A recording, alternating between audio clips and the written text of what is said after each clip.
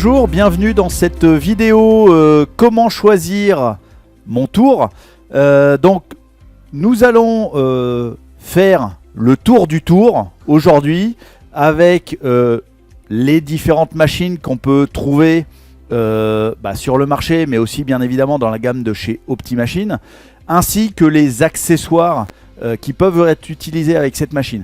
J'apporte une précision, forcément on va voir la globalité de ce qui peut aller sur les machines. Bien évidemment, vous pouvez avoir une liste assez importante d'accessoires complémentaires en lien avec l'activité que vous voulez avoir avec l'usage de votre machine. Alors tout d'abord, qu'est-ce que le tournage? Vraiment définition très rapide.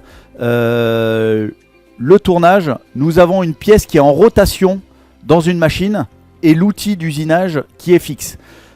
Sur le fraisage, nous l'avons déjà évoqué dans les vidéos précédentes que je vous invite à aller voir sur notre chaîne YouTube.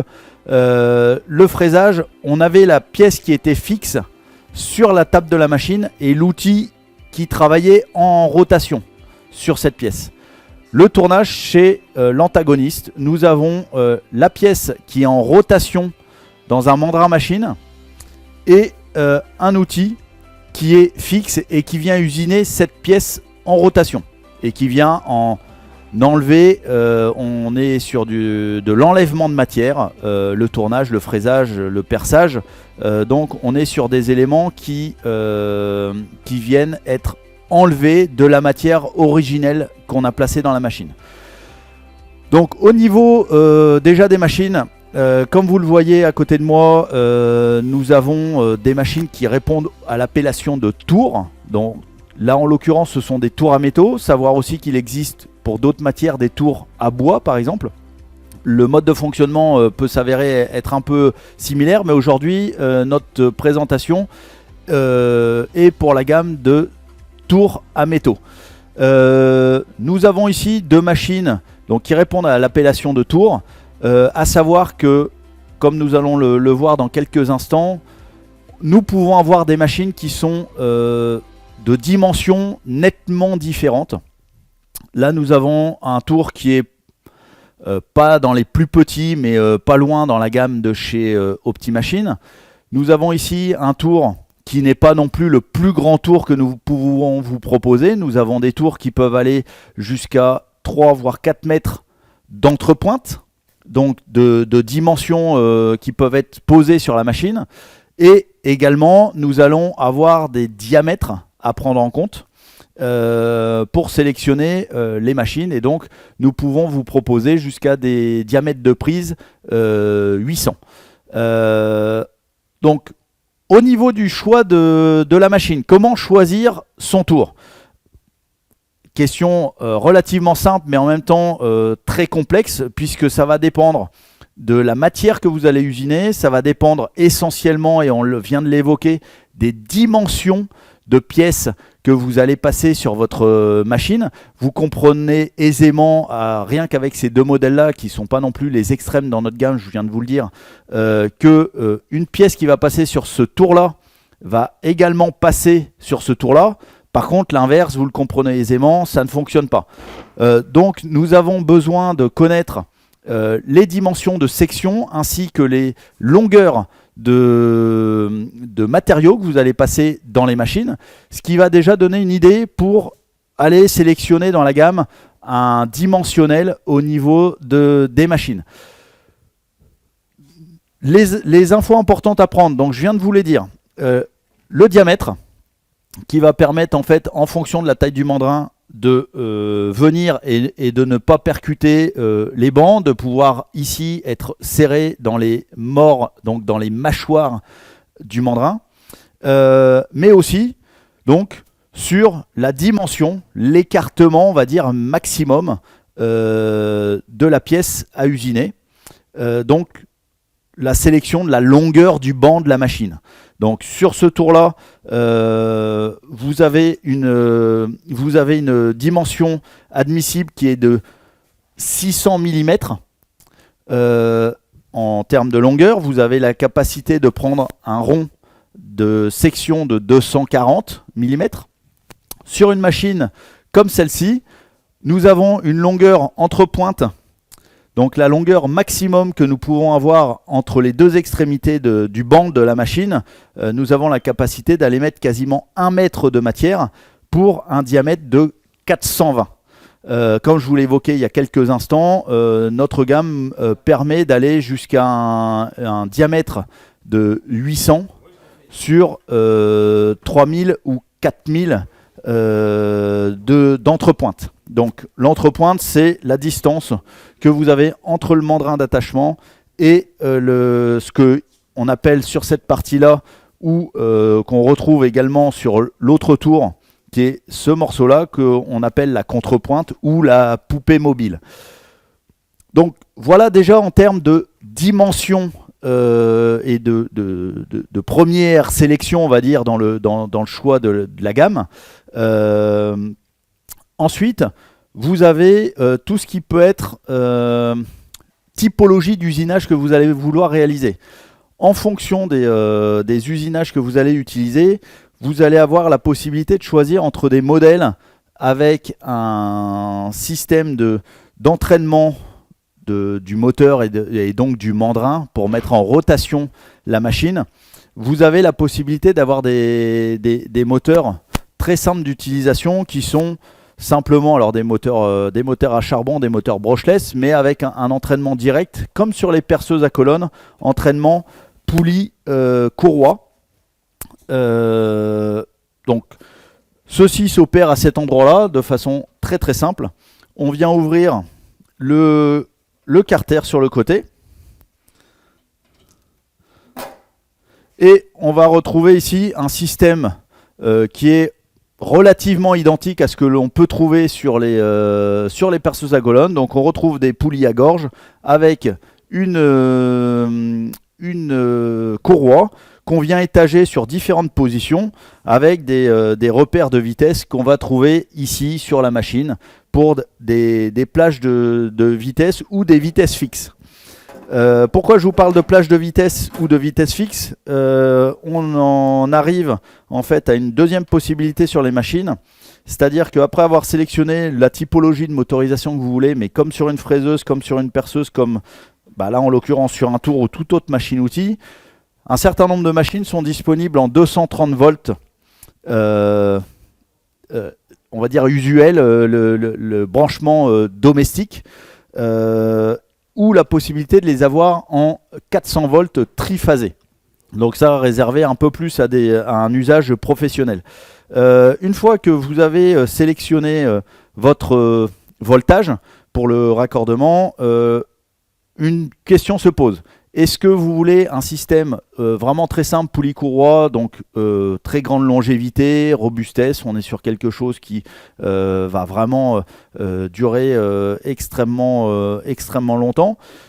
Ensuite, il y a sur une grande majorité de la gamme la possibilité de venir adjoindre un variateur de vitesse. Donc on ajoute en fait, en plus de ce que je viens de vous montrer, l'entraînement poulie courroie ou éventuellement sur les plus grosses machines, un entraînement directement par boîte de vitesse et donc pignonnerie, la possibilité d'adjoindre une carte électronique de variation de vitesse qui va vous permettre en fait sur des plages de réglage données au niveau du réglage de vos poulies courroies ou de votre boîte de vitesse, la possibilité en fait simplement de jouer avec un potentiomètre qui va vous permettre d'accélérer ou de réduire la vitesse. Pour certains travaux d'usinage, c'est quelque chose qui peut s'avérer très confortable, voire indispensable dans certains cas. C'est pas forcément 100% des cas de tournage et d'usinage avec un tour, mais voilà, ça apporte un confort complémentaire. Donc une fois que ce choix, on va dire, de typologie de motorisation et d'entraînement est choisi, d'autres questions peuvent arriver. Le milieu d'évolution dans lequel vous allez opérer avec la machine, un milieu professionnel, un milieu privé domestique, un milieu artisanal, on va dire, et les opérations que vous voulez faire avec votre tour. Si vous voulez des opérations vraiment extrêmement basiques sur le tournage, comme créer une gorge ou dresser une face ou faire une petite rectification. Les tours, somme toute assez basiques, vont bien évidemment faire sans aucun problème ce que vous souhaitez opérer. Encore une fois, en fonction des dimensions des pièces que vous allez chercher à usiner. Si après vous voulez rentrer dans des opérations peut-être un petit peu plus complexes, je prends notamment une, c'est créer un filetage sur un rond d'acier par exemple, ou pour créer une tige filetée ou un écrou ou un boulon en fonction de ce que vous voulez opérer. Effectivement, certaines machines vont être nettement plus pratiques pour ces usages et usinages un peu particuliers, parce qu'on va avoir des appareils et des fonctions de confort sur les machines l'une par rapport à l'autre. Si on veut prendre par exemple le cas du filetage, on va rester là-dessus. Ces deux machines peuvent vous permettre de faire du filetage. Sur une machine comme ça, vous allez retrouver ici, sur tout le panneau, vous avez l'intégralité et est fourni avec la machine les pignons nécessaires à engrainer dans la boîte de vitesse ici, qui vont vous permettre d'aller retrouver les pas que vous souhaitez et de permettre de faire du filetage. Nous retrouvons sur l'autre machine les mêmes typologies de fonctions.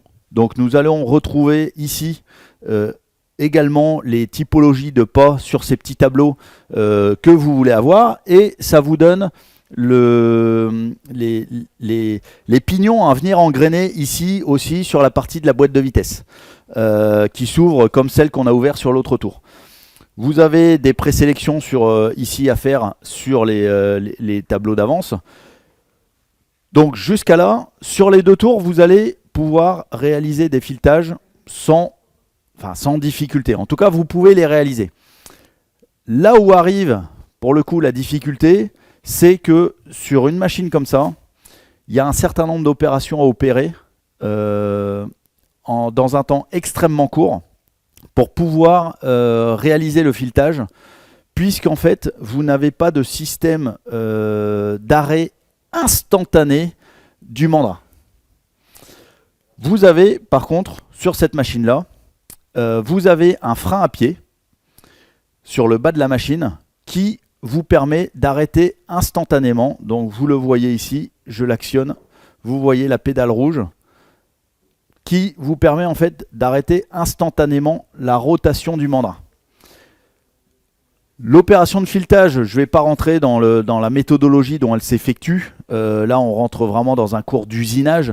Mais en tout cas, les personnes ayant déjà fait du filetage ont, je pense, tout de suite compris l'intérêt d'un modèle par rapport à l'autre sur cette opération qui nécessite quand même une certaine dextérité et du coup qui nécessite d'une machine par rapport à une autre ce système de freinage instantané qui, pour le filetage, évite éventuellement d'aller endommager le mandrin ou son outil ou sa pièce, puisque souvent on travaille relativement proche du mandrin.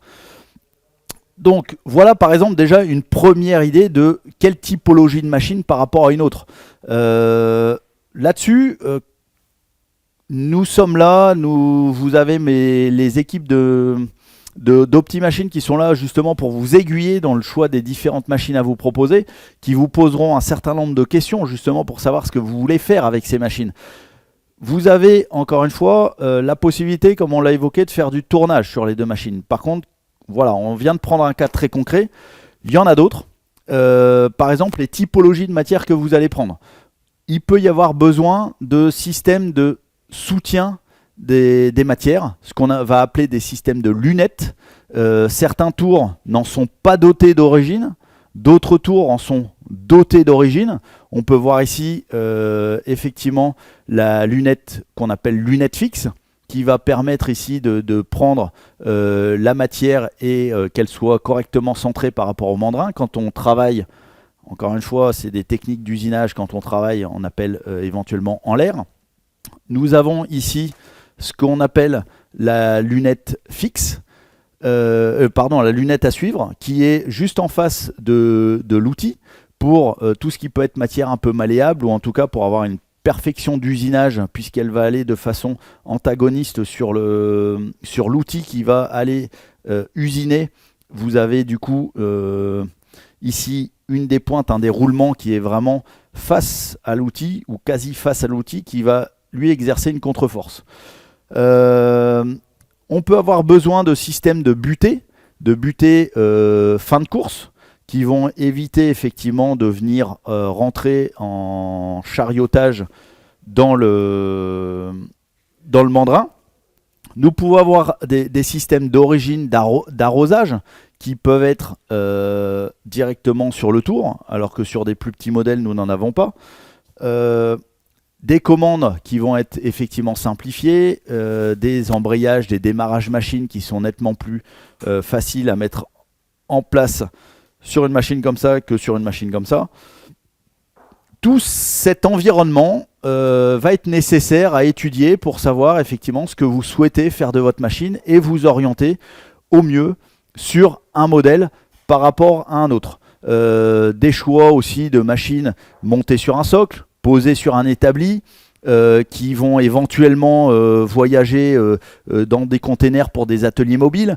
Voilà, tout un tas de questions effectivement à vous poser pour savoir quelle va être la typologie d'usage du matériel, et c'est vraiment là les questions essentielles pour pouvoir vous aiguiller au mieux dans le choix de votre future machine.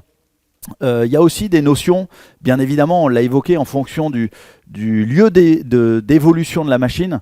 Nous allons avoir besoin de connaître les degrés, on va dire, de sécurité de vos machines. Vous voyez ici, vous avez une machine avec un écran de protection juste en face de la tourelle porte-outils. Nous avons aussi un carter asservi électriquement qui arrête la machine dès que celui-ci est relevé. Le petit carter que j'ai ouvert tout à l'heure est aussi asservi électriquement, donc dès qu'il est ouvert, même si la machine est en rotation, elle va se couper, et en tout cas elle empêchera le redémarrage de la machine tant que ce carter est ouvert. Sur les machines d'un gabarit un peu plus important, qui vont souvent dans des milieux professionnels différents, ou en tout cas pour un usage un peu plus régulier, les carters que je vous ai présentés sont aussi toujours sur la machine.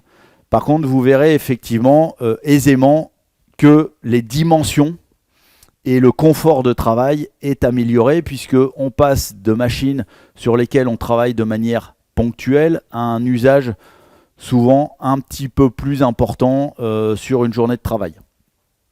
Donc tout ça fait des aides et du confort apporté à l'utilisateur pour forcément partir sur des notions de confort de travail, puisque des durées de travail sur la machine plus conséquentes entre une petite machine et des machines de taille plus importante. Il est aussi possible d'avoir des systèmes de lumière intégrés, chose qui n'est bien évidemment pas mise d'origine sur les plus petits modèles. Voilà, toutes ces choses-là font, on va dire, le pack idéal pour votre usage, qu'on va venir complémenter avec des accessoires qu'on verra dans quelques instants, pour un travail le plus efficace possible, le plus facile possible, et le plus, bien évidemment, précis possible. Au niveau de l'utilisation, donc on a vu sur le tour, le petit modèle de tour, au niveau de la sélection des vitesses, qui se fait ici simplement vraiment par un abac tout simple, avec un changement poulie-courroie, comme sur les perceuses que vous devez également connaître, mais en tout cas un système de poulies étagées avec une courroie déplacée sur ces poulies pour obtenir une vitesse souhaitée. Sur des machines de ce gabarit-là, on change un petit peu pour permettre d'avoir différentes plages nettement plus variées de vitesse. Nous allons avoir ici un système de boîte de vitesse mécanique. Donc à l'intérieur de cette boîte, nous avons des systèmes de pignons. donc qui vont s'engrainer les uns avec les autres. On est sur la même typologie, si ça vous parle plus, que les boîtes de vitesse automobiles, donc avec des pignons à l'intérieur. La seule différence, en reprenant le thème de l'automobile, c'est que nous n'avons pas d'embrayage là-dessus, donc on est vraiment sur un engrainement direct des pignons les uns sur les autres. Ce qui veut bien dire que effectivement, on ne fait pas de passage de vitesse à la volée sur les tours. Il faut que la machine et le mandrin soient complètement à l'arrêt, donc que le mandrin et la pièce, éventuellement si elle est dessus, ne tournent pas, pour pouvoir effectivement ici venir changer les rapports de vitesse. Donc on va retrouver effectivement ici tout un tas de plages de vitesse. Sur un tour comme ça par exemple, nous démarrons à la plus basse vitesse qui est 45 tours par minute. Et nous pouvons aisément monter jusqu'à 1800 tours.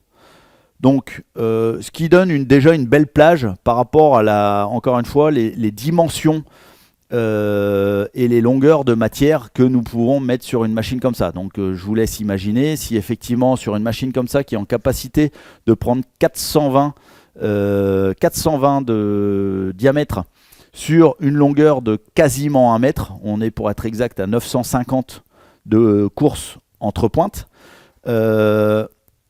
Si on vient mettre un rond d'acier de cette dimension-là, je vous laisse imaginer quand même un petit peu le poids que ça peut avoir.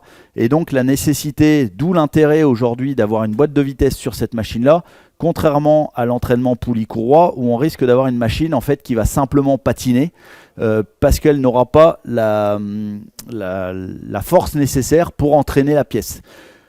Qui en plus d'avoir son propre poids une fois lancé, on n'oublie pas qu'on vient enlever de la matière avec un outil qui va venir faire en gros pression sur la matière et que du coup il est nécessaire d'avoir une force d'entraînement assez importante. Donc on va avoir donc ce système de boîte de vitesse relativement simple et aisé à mettre en place, hein.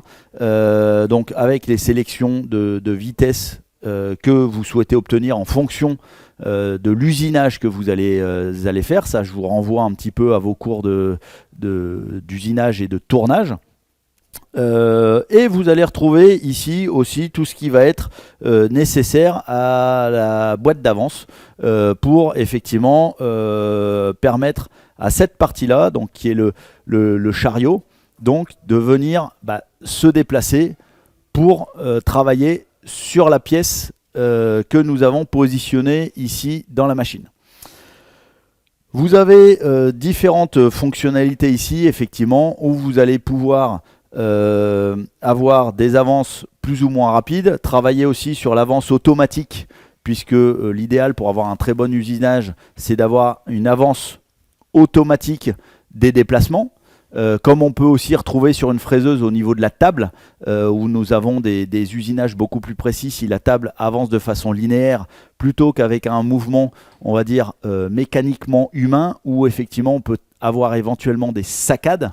Là, quand la machine vient travailler toute seule, elle est prise directement sur, en fonction des usinages qu'on fait, chariotage, filetage, on vient être pris directement sur des systèmes de vis sans fin ou de crémaillère qui permettent simplement d'avoir quelque chose qui est au niveau du déplacement bien évidemment très régulier.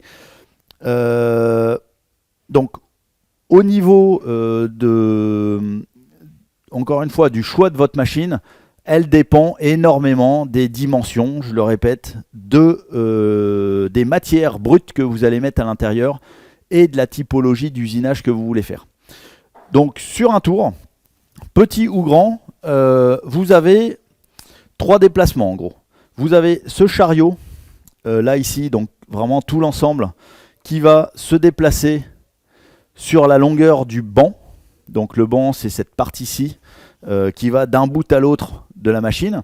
Donc nous avons ce grand chariot qui va se déplacer de manière latérale, on va dire de gauche vers la droite.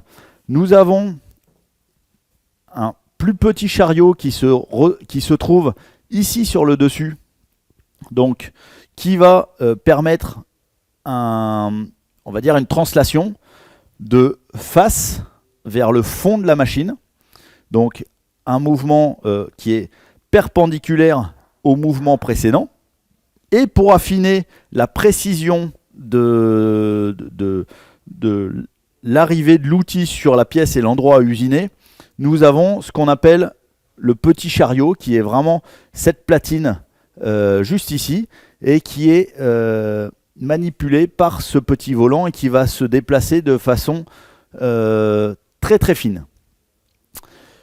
Pour avoir donc son outil qui est placé ici dans ce qu'on appelle la tourelle porte-outil, donc nous avons un outil qui vient se placer tout simplement dans le corps. Donc voilà, je vous le mets. Vous avez donc un outil qui va venir se placer ici dans la tourelle, et donc la pointe qui se trouve ici va venir, en fonction des différents déplacements que nous avons sur ce chariot, qui va venir usiner, travailler à un endroit précis de la pièce pour faire l'usinage que nous souhaitons obtenir, faire une collerette, faire un espace pour un joint torique, un dressage de face, enfin voilà, différentes choses pour lesquelles je vous renvoie à nouveau vers vos cours d'usinage.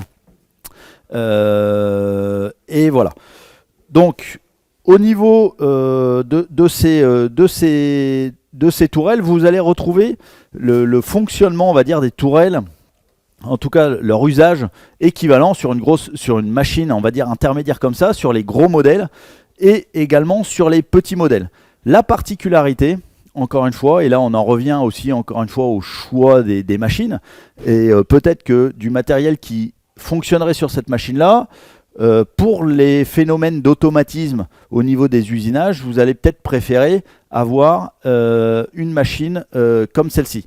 Celle-ci, nous avons donc, comme on l'a vu, le déplacement de gauche vers la droite qui s'effectue manuellement par le biais du volant si on le souhaite, mais qui s'effectue aussi de manière automatique, sur lequel on vient sélectionner la vitesse d'avance.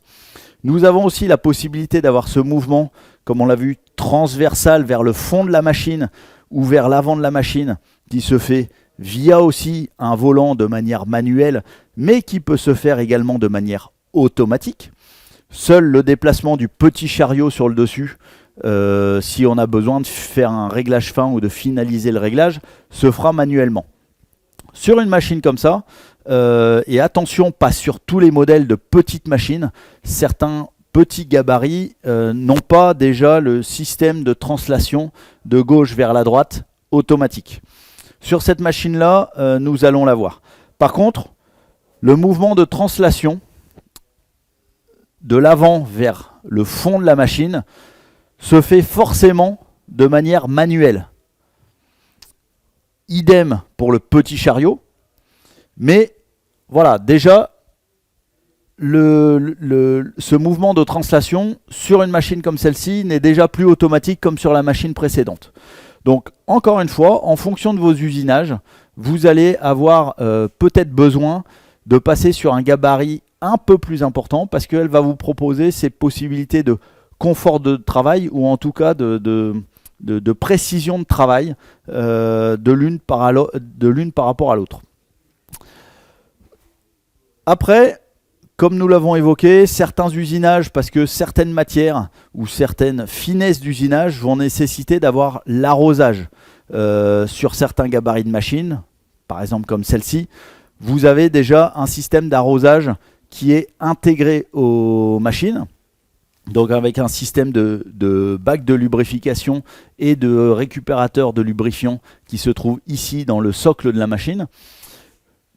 Et vous avez votre arrosage que vous pouvez effectivement mettre ou non en route ici directement sur le pupitre de la machine.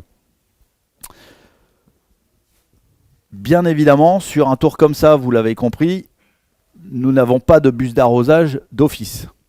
Rien n'empêche que vous puissiez venir mettre un petit système d'arrosage, alors soit comme ici un système de micro-pulvérisation qui vous permet de ne pas avoir un arrosage aussi intense. La micropulvérisation, on vient mélanger on va dire du liquide de coupe avec un système air comprimé, donc ce qui permet de faire un brouillard, ce qui permet sur des petits tours comme ça d'avoir la base magnétique qui va venir se fixer un peu n'importe où. Donc vous voyez votre petite crépine qui va aller plonger éventuellement dans un bac ou dans un seau à côté de lubrification, et d'avoir une buse qui va venir travailler directement à l'endroit nécessaire, à l'endroit où ça va chauffer, à l'endroit d'usinage. Et sur un tour comme ça qui n'a pas réellement de bac, on a ici un bac à copeaux qui est fourni avec le tour, mais nous n'avons pas réellement de système de récupération. Vous ne trouvez pas un système évasé ou un bac récupérateur ou quelque chose qui permette d'aller réellement collecter un lubrifiant qui arriverait en grande quantité. Les systèmes de micro-lubrification sont plus intéressants sur ces petits tours-là qui vont générer un brouillard et non pas, je dirais, une inondation au niveau de l'usinage. Voilà, c'est tout un tas de petits éléments qui sont, encore une fois, pas forcément disponibles sur les petits tours, mais qui vont l'être sur d'autres modèles de tours. Et là, encore une fois, notre équipe est là pour vous aider dans ce choix machine. Au niveau si on continue au niveau des tours, donc comme je vous l'évoquais, vous avez déjà soit fourni d'origine, soit nécessairement en accessoires complémentaires, vous avez des systèmes de ce qu'on appelle des lunettes qui vont vous permettre de soutenir le matériel pour différentes typologies d'usinage. Donc soit ça peut être fourni sur les machines, soit effectivement ça reste de l'option, de l'accessoire à rajouter sur des plus petites machines. Nous avons aussi autre chose qui est bien évidemment nécessaire sur les tours, ce sont les mandrins. Le mandrin, qu'est-ce que c'est? Vous avez dû en entendre parler en perçage, vous avez dû en entendre parler en fraisage. Un mandrin, c'est simplement ce qui va vous permettre de venir attacher, solidariser votre pièce directement sur la machine. Donc nous avons des systèmes de mors, comme vous pouvez le retrouver sur n'importe quel appareil, mettons de perçage que vous devez connaître, même votre machine qui vous permet de faire des trous dans vos murs le dimanche pour accrocher un tableau. Vous avez un mandrin, donc c'est la partie, le nez souvent de la machine, sur lequel vous avez trois petits tétons qui vous permettent en fait de venir coincer votre forêt. Le principe sur un mandrin de tour est le même. Vous avez un certain nombre, ce qu'on appelle des mors, donc, qui vont vous permettre de venir attacher et coincer votre pièce au centre du mandrin. Si l'on reprend par exemple cette clé qui est la clé d'ouverture et de fermeture des mors, là en fait je viens simplement agir sur l'ouverture ou la fermeture. Tout bonnement, vous voyez, j'ai un axe rond dessus, je peux venir simplement poser ma clé, mon cylindre ici à l'intérieur, je viens refermer et coincer ma pièce, et du coup je la rends solidaire de mon mandrin, et je vais pouvoir, une fois que cette pièce est bien serrée au centre, venir mettre en rotation la machine. Nous allons voir après les différentes typologies de mandrins. Sur des petits tours comme celui-ci, vous avez un mandrin qui est déjà fourni d'origine, qui est un mandrin avec un attachement qui s'effectue via un petit disque interface. On appelle ça une flange, qui va vous permettre en fait par le biais de vissage sur l'arrière de venir serrer votre mandrin sur le nez de broche de la machine. Nous avons le même typologie de mandrin, hormis que sur les machines de ce genre-là, nous avons des attachements qui sont beaucoup plus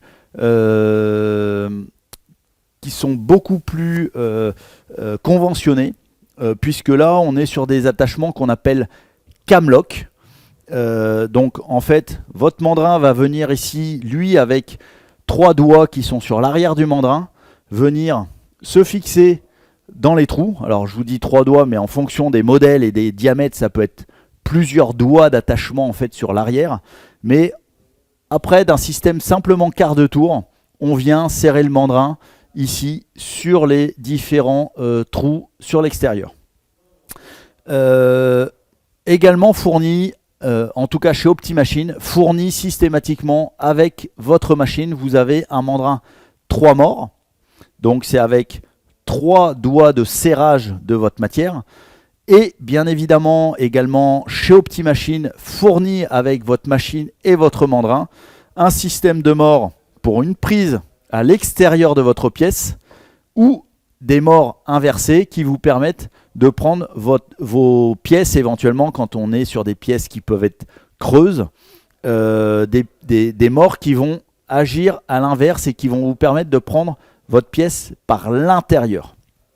Donc tout ça fourni d'origine avec les machines que Optimachine peut vous fournir. Un élément aussi important dans le choix de votre machine, c'est si vous travaillez des très longues barres, par exemple. On a évoqué le filetage tout à l'heure. Je vous laisse imaginer des barres avant que ça soit des tiges filetées. C'est forcément une barre de matière. Si on reste sur cet exemple-là, vous allez peut-être avoir besoin de la passer à travers le nez de broche de la machine. Le nez de broche. La broche, déjà, nous l'avons évoqué il y a quelques instants, c'est cet élément-ci qui est relié directement à l'entraînement de la machine. Donc, sur le modèle précédent, soit directement aux poulies qui sont entraînées par la courroie, soit sur cette machine-là, c'est cette partie-là qui, elle, est en entraînement direct sur la boîte de vitesse. Ça s'appelle la broche. Il se peut que vous ayez besoin, pour usiner sur une petite distance éventuellement, mais de travailler sur une longue tige. Une longue tige qui ne passera peut-être pas sur la longueur de votre machine, mais sur lequel on est sur un diamètre relativement faible. Vous avez ici le passage de nez de broche, c'est-à-dire que cette partie-là est complètement creuse. Ok, donc, et en fait, elle vient communiquer avec un élément ici. Donc, cet élément, ce trou ici, que je viens de dégager avec simplement cette petite plaque, cet élément ici communique complètement avec ce côté-ci du mandrin. Sur tous les mandrins, vous avez un passage. Donc si on regarde bien, vous voyez ici, on a un creux. Donc si on regarde, normalement, vous devez bien voir que ceci est complètement transparent. En fonction de la taille du mandrin, ce trou dans le mandrin est aussi plus grand. Il va vous permettre de venir communiquer ici avec le nez de broche.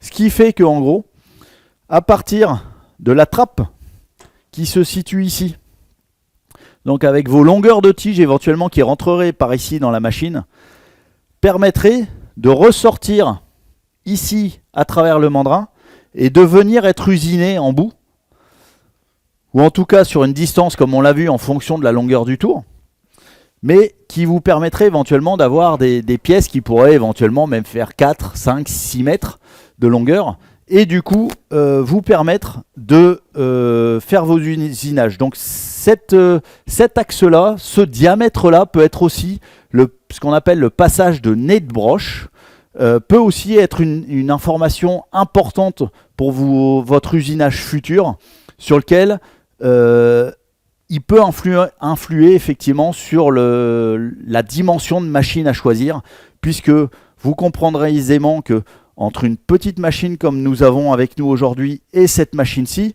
le diamètre est déjà différent. A fortiori, entre le plus petit tour de la gamme et le plus grand tour, les diamètres peuvent être multipliés par 10. Et donc ça peut être éventuellement en fonction de ce que vous allez faire de la machine, des éléments réellement à prendre en compte.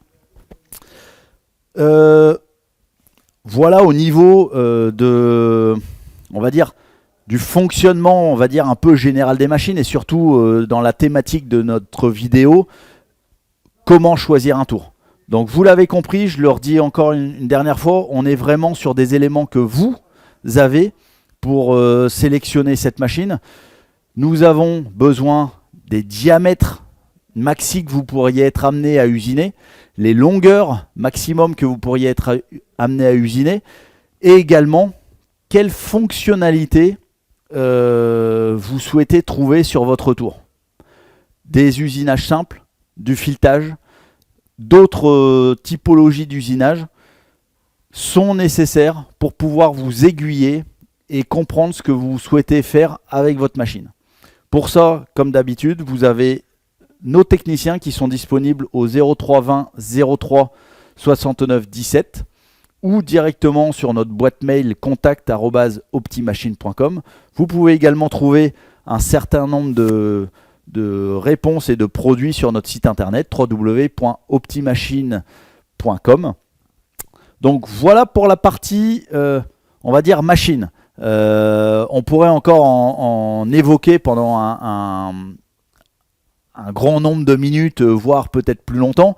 Nous allons là maintenant passer aussi un petit peu aux accessoires qui peuvent se révéler nécessaires à vos usinages. J'ai pas envie de dire indispensable parce que ça va dépendre de ce que vous allez faire au niveau des usinages, encore une fois, de ce que vous souhaitez en faire. Mais un certain nombre d'accessoires peuvent s'avérer être la base. On l'a vu, votre machine, si vous la prenez chez Optimachine, votre machine va vous être livrée avec un mandrin. Le mandrin, bien évidemment, fait partie des accessoires indispensables.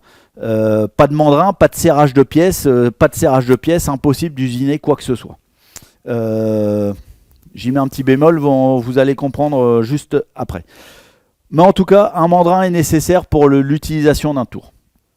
Vous avez d'origine ce qu'on appelle un mandrin concentrique 3 morts. Donc le mandrin concentrique 3 morts, qu'est-ce que c'est? Donc c'est cette pièce-là. Donc nous retrouvons, nous avons 1, 2, 3 morts. Donc c'est ces éléments qui vont venir avec cette clé, venir tout simplement, vous voyez, j'ai 3 vis pour venir serrer ou desserrer les morts. L'action qui va se passer en fait simplement en venant faire ceci, c'est que je viens ouvrir ou fermer en fonction du sens de rotation bien évidemment, mais je viens ouvrir ou fermer les 3 en même temps. C'est pour ça qu'on appelle ça concentrique, puisque j'ai une action qui est systématique des 3 éléments. Ça, c'est ce qui est fourni d'origine sur les machines de chez Optimachine. C'est aussi le plus courant, le 3 morts concentrique. Vous avez la possibilité d'avoir un 3 morts avec un serrage indépendant. Ce qui veut dire que, en fait, au lieu de faire la manipulation que je viens de faire, qui permet sur une seule vis de serrer ou desserrer les 3 morts en même temps, je viens uniquement agir sur un des seuls morts. Quel peut être l'intérêt? Simplement que votre pièce soit éventuellement pas cylindrique et que du coup, serrer une pièce cylindrique dans un mandrin 3 morts au centre, on n'a pas de difficulté avec un mandrin 3 morts concentrique.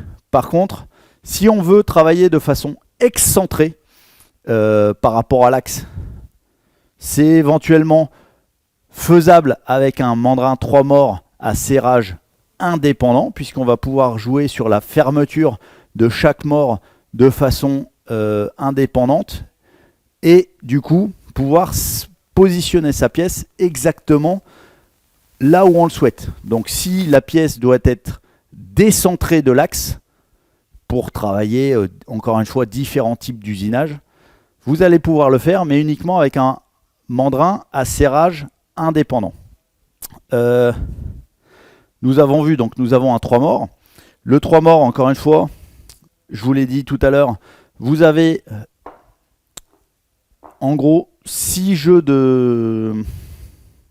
Vous avez 6, pardon, pas jeux, vous avez 2 jeux ou 6 morts différents qui vont vous permettre en fait de serrer vos pièces comme je vous l'ai évoqué, soit par l'extérieur, soit en prenant les pièces par l'intérieur. Nous avons après sur les typologies de mandrins, nous avons la possibilité d'avoir des mandrins 4 morts qui vont vous permettre un serrage optimum et aussi de pouvoir éventuellement prendre mieux des pièces avec des facettes. Je pense notamment par exemple avec des carrés, des rectangles ou autres, puisqu'effectivement on peut usiner dans un tour pas uniquement de la matière ronde. On peut usiner des pièces, des brutes qui vont être non pas ronds, donc du coup éventuellement carrés ou d'autres formes. Mais du coup il faut des systèmes d'attachement qui soient adaptés à la pièce que vous allez mettre, au brut que vous allez mettre dans votre machine. Donc pareil, le choix de mettre des mandrins à serrage concentrique, que ça soit en 3 morts ou en 4 morts. Et aussi, pareil pour le 4 morts, comme pour le 3 morts, la possibilité d'avoir des serrages indépendants. Donc d'agir sur le serrage d'un mort et pas d'un autre. Pour finir avec la partie mandrin, on a aussi la possibilité de vous proposer ce qu'on appelle des morts doux. Donc les morts doux, qu'est-ce que c'est? En fait, c'est des morts qui sont en gros pleins, contrairement à ceux qu'on appelle morts durs, vous voyez, qui sont déjà taillés en gros comme des escaliers, mais aussi qui vont être légèrement arrondis dans un sens ou dans un autre pour pouvoir bien coincer votre pièce. Nous avons les morts doux. Donc déjà, ces morts, comme leur nom le dit, ils sont pas trempés. Ce qui fait que vous allez pouvoir les usiner pour prendre vraiment une pièce de manière optimale pour éviter d'abîmer votre pièce si celle-ci ne va pas être réusinée, on va dire après. Vous avez la possibilité d'avoir des morts en fait en bloc complet sur lequel vous venez vraiment former la pièce que vous voulez pour avoir une prise idéale du brut que vous allez passer dans votre tour. Voilà ce qu'on pouvait déjà dire au niveau des mandrins. Je vous disais tout à l'heure, un mandrin, c'est indispensable à l'usage de la machine. Oui, dans 99%, le mandrin va être indispensable pour l'attachement dans la machine. Il peut y avoir quelques pourcentages en fait qui vont faire que vous allez avoir besoin d'enlever le mandrin pour venir mettre un système, ce qu'on va appeler porte-pince. Donc le système porte-pince, on retrouve en fait des diamètres qui sont vraiment inférieurs et qui vont peut-être même aller jusqu'à des diamètres très très faibles. Si j'arrive à l'attraper, nous allons avoir là par exemple un diamètre qui est de 3 mm. Donc ici au centre, nous avons la possibilité de venir mettre un rond, un brut, une pièce en tout cas qui fait 3 mm. Cette pince, donc vous voyez au niveau du serrage, on se retrouve encore une fois avec un serrage avec 3 éléments, excusez-moi, qui vont vous permettre en fait de venir serrer de façon très ferme votre petite pièce.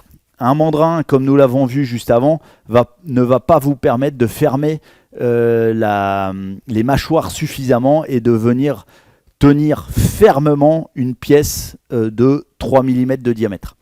Donc nous allons venir sur le tour simplement enlever le mandrin et par un système d'attachement dédié à ces pinces, nous allons mettre ici en lieu et place, nous allons mettre le système de porte-pince et de pince. Cela vous permet donc de venir usiner des diamètres très faibles. Voilà la particularité, comme je vous disais, par rapport au mandrin. C'est la seule c'est le seul outillage qui vous permettra de ne pas utiliser le mandrin sur certains usinages et d'utiliser un système de porte-pince.